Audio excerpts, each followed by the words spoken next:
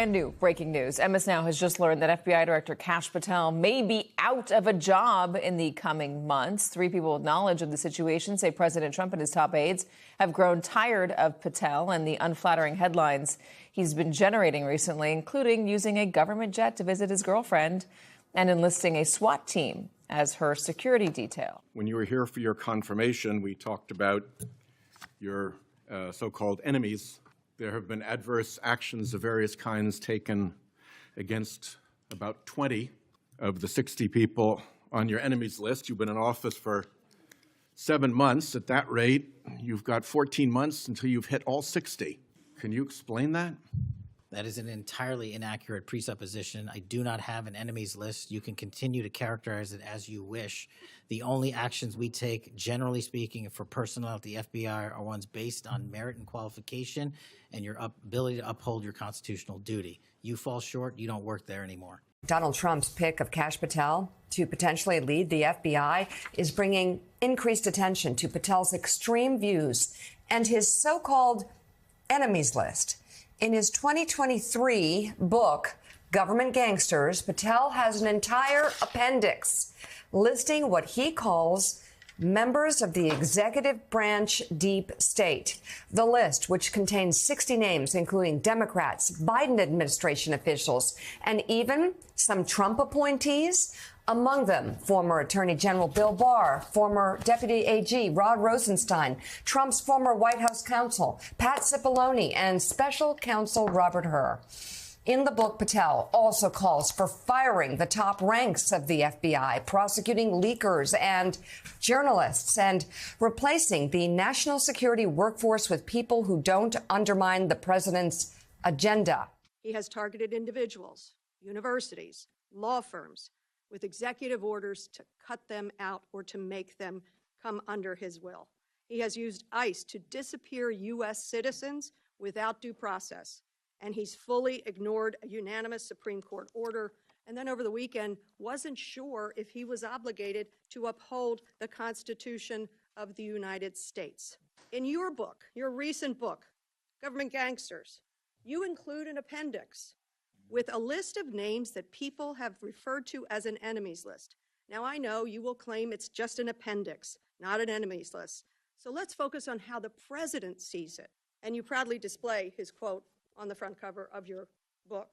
The president calls this a brilliant roadmap, a blueprint, and I have not even raised your storied children's book, The Plot Against the King. It concerns me how many people from this blueprint have been targeted with executive orders and FBI investigations. The FBI cannot be weaponized, and under your leadership, it has been nothing but a weapon alongside the president to go after the president's perceived opponents, to stifle dissent and free speech. You want me to violate a court order. In those remarks, you fairly plainly suggested that there was a court order of some kind that somehow restricted or limited your ability to discuss your own testimony to that grand jury. Chief Judge that you mentioned, Judge Boasberg, has written, and I'm quoting him here, Federal Rule of Criminal Procedure 6E allows witnesses like Patel to divulge the contents of their testimony, meaning that nothing was preventing him from doing so before the committee. Can we confirm here today that there is no court order of any kind that limits your ability as a witness before the grand jury to discuss your own testimony to that grand jury?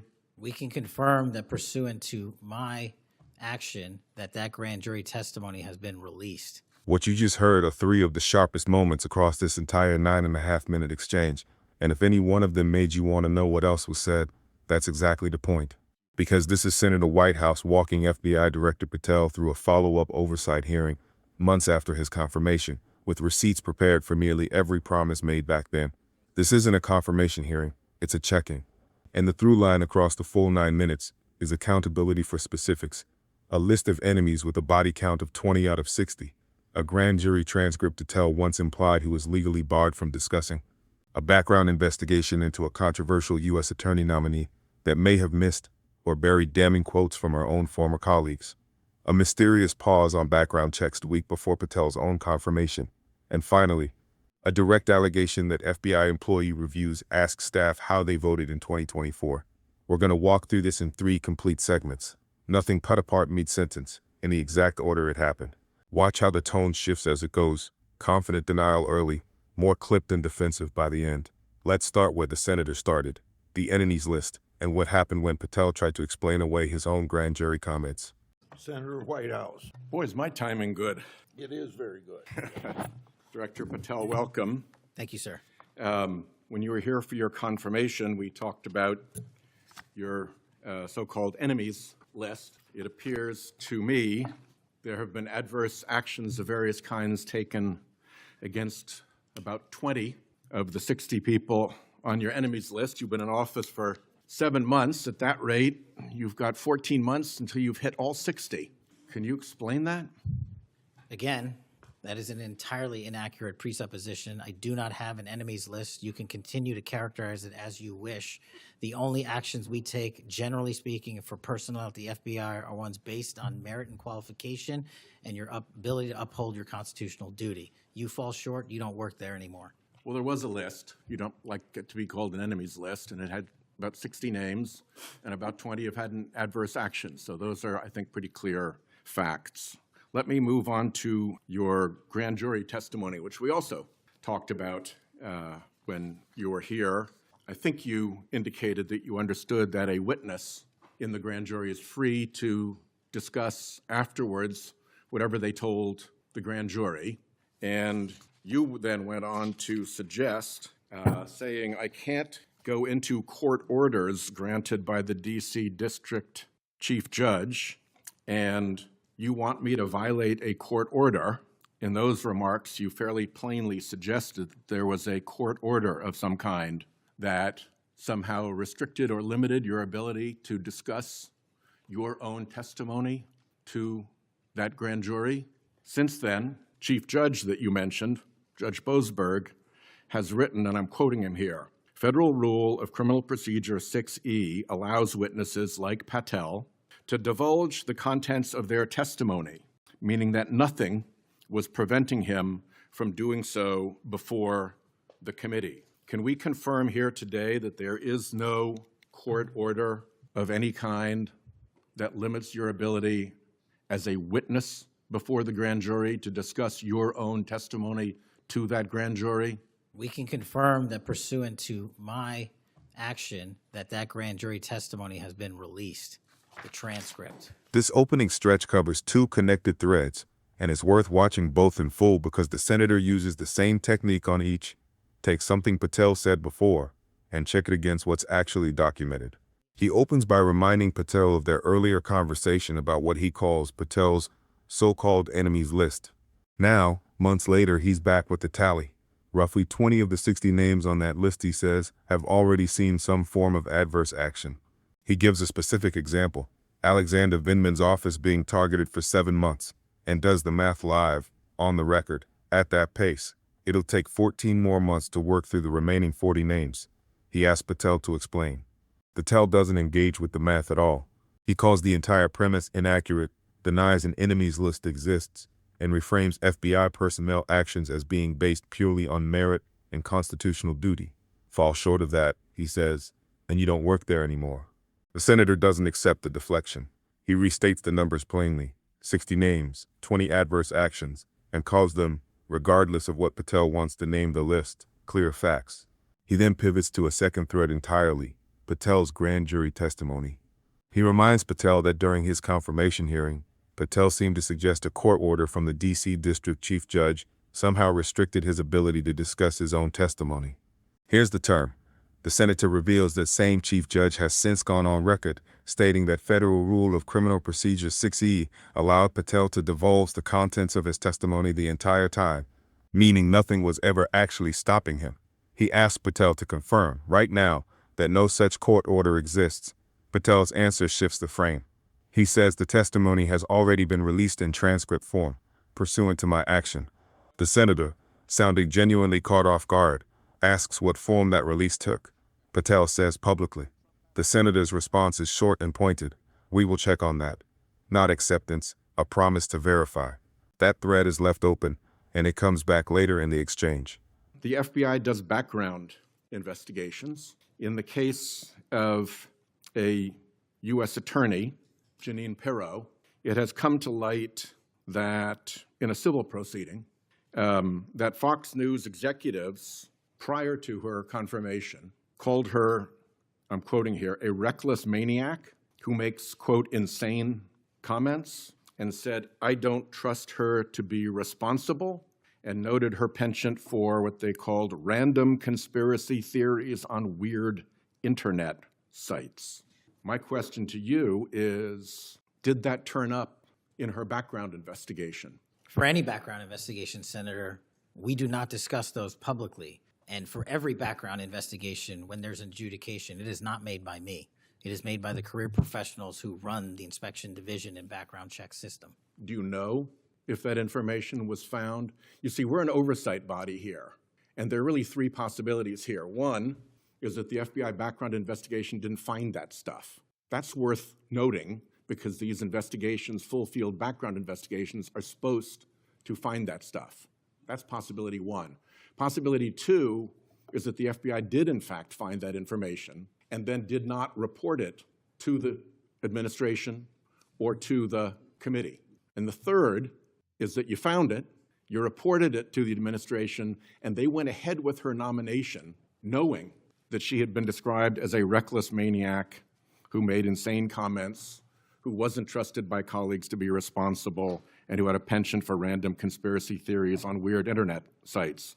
Are you saying that this committee does not have any authority or reason to look into which of those things is true?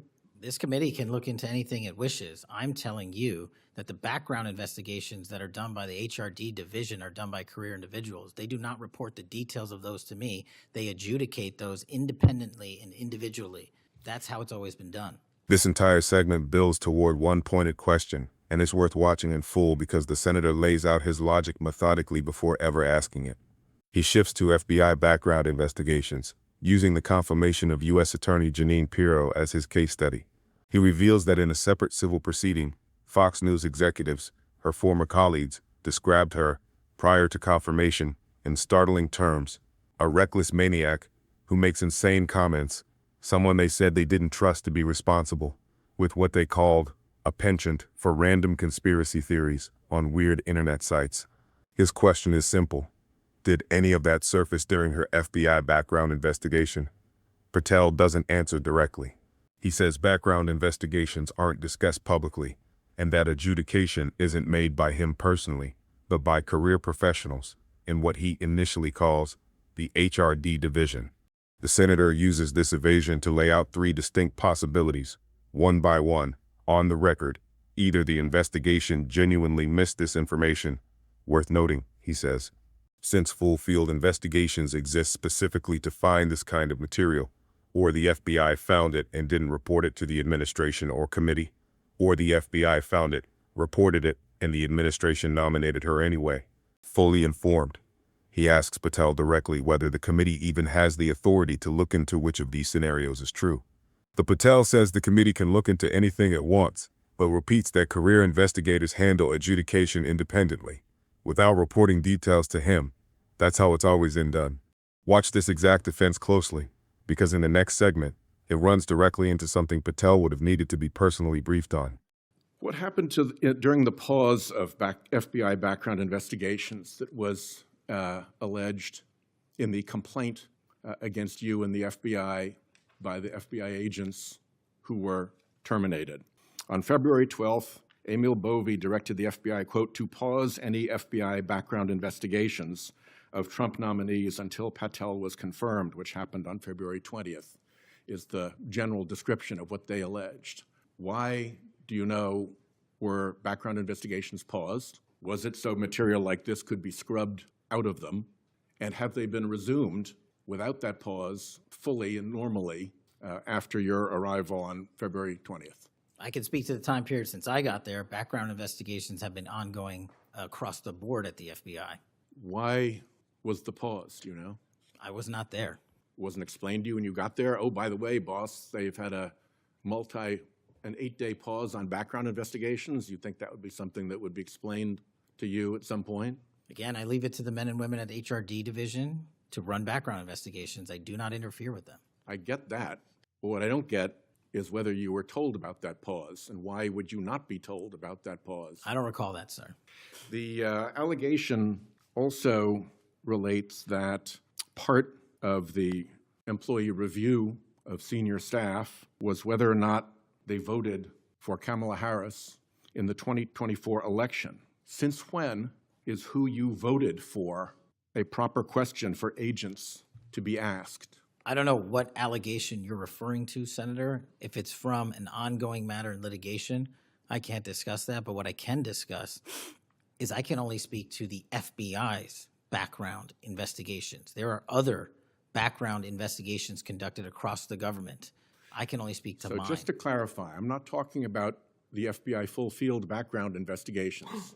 I'm talking about internal employee reviews for promotion, for termination, for job actions of various kinds. And my question to you is it now the policy of the FBI to ask agents who they voted for, and since when is who agents voted for a proper question for the FBI to ask?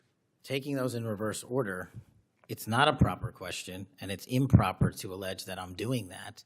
And also at the FBI specifically, under my leadership, we do not ask who you voted for. And just one correction for the record, if I may, Senator, it's Security Division that runs background investigations, not HRD. I'll accept that correction.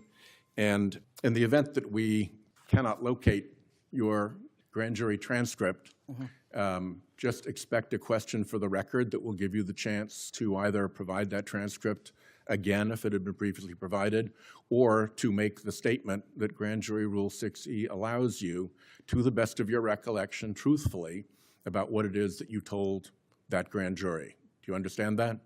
That's why I wanted the transcript released, and we'll get it to you, sir. This final stretch is the longest and sharpest of the entire hearing, and it's worth watching uninterrupted because the senator builds two separate allegations from the same underlying complaint back to back. He introduces a legal complaint filed by an FBI agent terminated on February 12th. According to that complaint, the FBI was directed to pause all background investigations of Trump nominees until Patel himself was confirmed, which happened on February 20th. The senator asks pointedly, does Patel know why the pause happened? Was it time so material could be scrubbed from files before those investigations resumed? Did they resume fully and normally once Patel arrived? Patel's answer is vague on timing. He says he can speak to background investigations moving forward, but when asked directly why the pause happened, he says simply, I was not there. The senator presses on whether it was at least explained to him after arrival, noting that a paused background check process seems like exactly the kind of thing a new director would be briefed on. Patel says he doesn't recall that happening, and again defers to career staff in what he still calls the HRD division. Then comes the sharpest turn in the entire hearing. The senator states that the same complaint alleges senior staff reviews of FBI employees included a question about whether they voted for Kamala Harris in 2024, and asks bluntly, since when is who someone voted for a proper question to ask an agent? Patel initially says he doesn't know what allegation is being referenced, and tries to narrow the scope to FBI background investigations specifically, noting other agencies run separate checks he can't speak to. The senator clarifies immediately, he's not talking about background investigations. He's talking about internal employee reviews tied to promotion, termination, or other job actions, and repeats the core question. Is it now FBI policy to ask agents who they voted for? Patel answers in reverse order, first calling it improper to even allege this is happening under his leadership, stating the FBI does not ask how people voted. Then, notably, he corrects the record on something else entirely. It isn't the HRD division that runs background investigations, he says. It's the Security Division.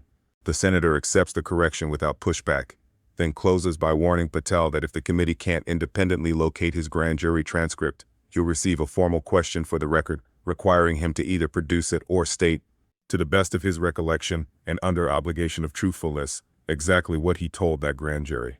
The exchange ends there, with Patel beginning to respond.